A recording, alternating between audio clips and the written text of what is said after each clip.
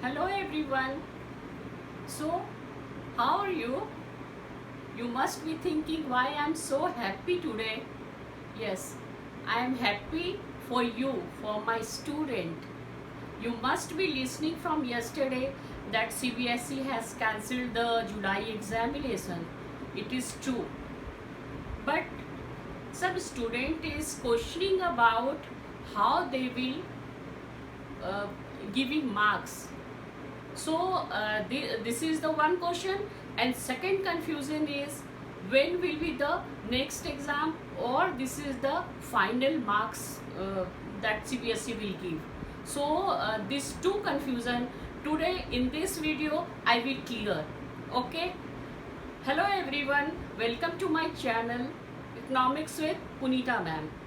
So this is a breaking news because for the last few months students and also teachers, students and teachers too are in a very stress manner. So now it has been cleared all about. CBSE has cleared that no examination in July for 12th CBSE. तो बच्चों उसमें अभी ये दो जो confusion आ रहे हैं कि अगर मार्क्स देते हैं अलॉट करते हैं CBSE, if marks will be awarded तो ऑन व्हाट बेसिस. तो अभी CBSE ने ये पॉइंट दिया है कि आपने जो एग्ज़ाम दे दिए हैं the previous papers you have been given already, तो उसमें अगर आपने 3 पेपर दिए हैं तो तीनों पेपर का एवरेज निकाल करके ये जो एग्ज़ाम नहीं हो रहा है इसमें अवॉर्ड किया जाएगा, इसमें आपको मार्क्स दिए जाएंगे. एक आई थिंक ये आपका कन्फ्यूज़न दूर हो गया होगा कि मार्क्स कैसे अवॉर्ड किए जाएंगे. लेकिन कुछ स्टूडेंट का ये भी क्वेश्चन आ रहा है कि अगर हमने 4 एग्ज़ाम दिए हैं तो उसका एवरेज कैसे निकलेगा. And in economics you have already know this कि एवरेज कैसे निकाला जाता है. तो अगर 4 पेपर आपने दिए हैं तो उसमें जो मैक्सिमम 3 पेपर्स के आपके मार्क्स हैं, जो टॉप 3 पेपर्स में आपने मार्क्स ऑलरेडी अचीव किए हैं फॉर द गिवन एग्जामिनेशन, तो उन 3 पेपर्स के मार्क्स का एवरेज निकाल करके और फिर वो मार्क्स आपके जो एग्ज़ाम नहीं हो रहे हैं, जो कंडक्ट नहीं हो सक रहे हैं बिकॉज ऑफ दिस पैंडेमिक, तो वो एवरेज निकाल के आपको दिए जाएंगे and that will be the final. वो मार्क्स आपके फाइनल हैं.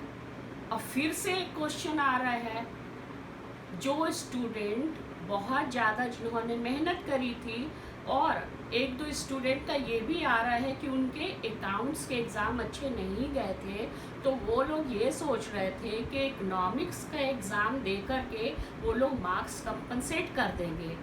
सपोज़ किसी बच्चे ने अगर 70 मार्क्स का अकाउंट्स किया है और वो सोच रहा था कि उसने जो भी कम मार्क्स वाले अटेम्प्ट हुए उसके एग्ज़ाम किसी भी कारण से, तो वो इकोनॉमिक्स में अगर 90 ले आता है तो उसका कंपनसेट हो जाएगा and result will be high in the high mode.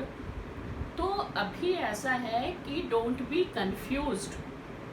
ये तो CBSE ने ये बोला है ना कि आपका एवरेज निकाल करके और फिर मार्क्स अवॉर्ड किए जाएंगे जो पेपर नहीं हो रहे हैं.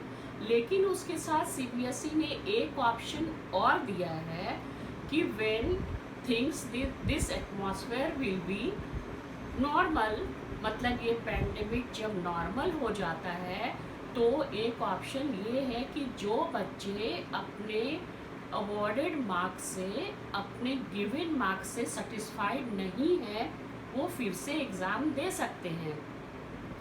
और एग्ज़ाम देने के बाद जो उनको मार्क्स आएंगे तो that will be the final result. फिर वो ये नहीं बोल सकते हैं कि नहीं हमारा पहले का जो CBSE ने वो किया था, मार्क्स दिया था, वही हम चाहते हैं. तो ऐसा नहीं होगा. तो बच्चों you have to be very logical कि अभी जो मार्क्स आपको दिया जाएगा सीबीएसई की तरफ से, एवरेज निकाल के, टॉप 3 पेपर्स के मार्क्स के एवरेजेस को निकाल के जो आपको मार्क्स दिए जाएंगे सीबीएसई की तरफ से, अगर उसमें आप सेटिस्फाइड रहते हैं तब तो वेल एंड गुड, और अगर आप सेटिस्फाइड नहीं होते हैं तो एक ऑप्शन दिया जाएगा कि आप फिर से री एग्ज़ाम दे सकते हैं और उसमें जो मार्क्स आएंगे वो आपके फाइनल होंगे। यहाँ तक तो बिल्कुल क्लियर है।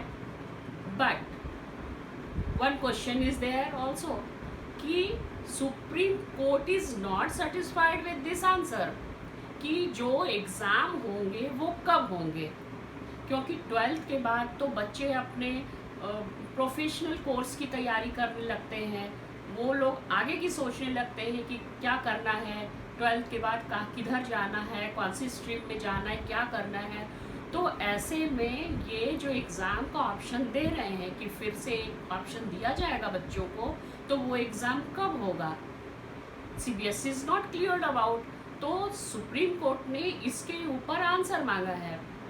सपोज इसलिए सुप्रीम कोर्ट ने आंसर मांगा है कि मान लो कि अगर some states are in high alert like Mumbai, Delhi, जो भी हैं जिसमें केसेस ज़्यादा मिल रहे हैं, और कोई दूसरा स्टेट है जैसे बिहार, उत्तर प्रदेश हम ले लेते हैं, अगर वहाँ केसेस बिल्कुल इरेडिकेशन स्टेज पे आ जाते हैं आफ्टर 3 मंथ सपोज, तो क्या वो दोनों स्टेट क्या पहले ले लेंगे एग्ज़ाम? सीबीएसई उन दोनों स्टेट को अलाउ कर देगा एग्ज़ाम लेने और फिर बाद में मुंबई, दिल्ली में लिया जाएगा? या सीबीएसई के जो ब्रांचेस फॉरेन में हैं, क्या अगर वो नॉर्मल स्टेट में आ जाते हैं तो वो एग्ज़ाम ले लेंगे? तो ये सारे कन्फ्यूज़न अभी हैं। बट बहरहाल ये कन्फ्यूज़न आपके लिए नहीं है, ये CBSE and supreme court they will be, वो लोग इस पे विचार करेंगे और फाइनल करेंगे। तो और जो भी आपके लिए आएगा वो आपके हित में ही आएगा, आपकी भलाई के लिए ही आएगा, क्योंकि सब वहाँ पे रेस्पेक्टेबल लोग बैठे हुए हैं, वो आपके फ्यूचर को देखते हुए ही कोई भी डिसीजन देंगे। So don't worry about it, be happy now and start preparation for your after 12th, whatever you want to do and which career you want to go for that, so don't worry about it। और अगर आप satisfied नहीं होते हैं CBSE के marks से तो आप ऑप्शन ले सकते हैं, जब भी एग्ज़ाम होगा, आप तैयारी तो है ही ऑलरेडी, तो आप उस टाइम में आप दे सकते हो एग्ज़ाम। तो I think it's a good decision, so be happy and start your next venture and prepare your next venture। All the best, wish you all the best guys।